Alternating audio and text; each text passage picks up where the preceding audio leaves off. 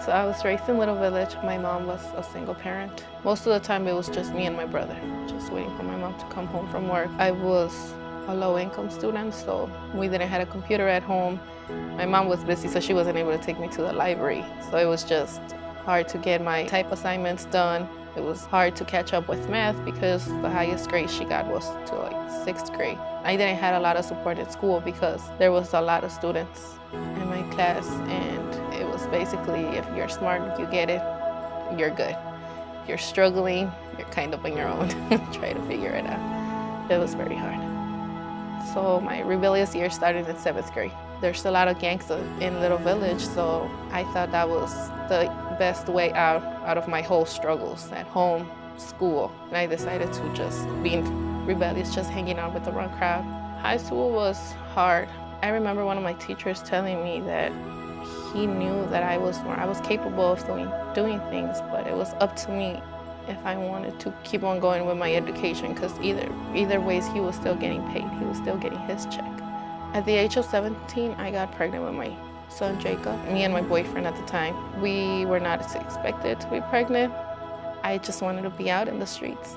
I didn't realize that God was already working in our lives, that there was already people praying for us. He came and changed my life. It was just the first time that I saw him, I just decided that it was time for me to change. I just decided to pursue my education, my GED, and I kept on going on from there. We decided to start going to church. We met a lot of wonderful people at church.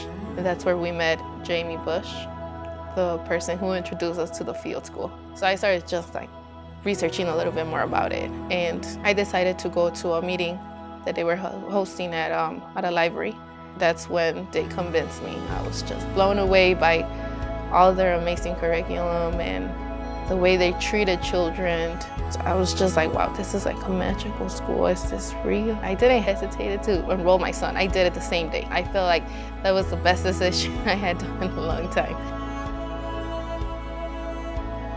Yeah, every morning it's a surprise to me. He's just so excited to come to school. He's just ready to learn, and he talks to me about all the things that he's learning. I have a great idea about this, or I'm going to ask Mr. Williams like all the time. I love to see like the little family that they have created.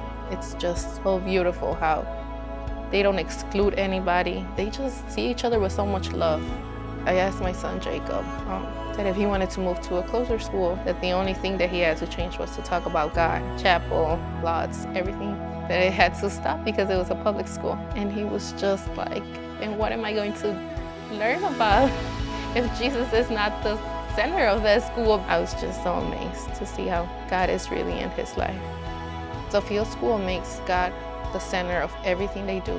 Mr. Williams in my classroom, he asked them, is there any prayer requests that you guys want us to know about? And they are just so joyful to share, and it's like they know like God is really in control of my life, and they're only 5 years old. That's really amazing.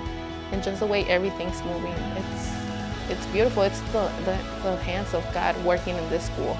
My son comes from a family where there's a lot of gang activity. He comes from a low-income home, and he's Hispanic.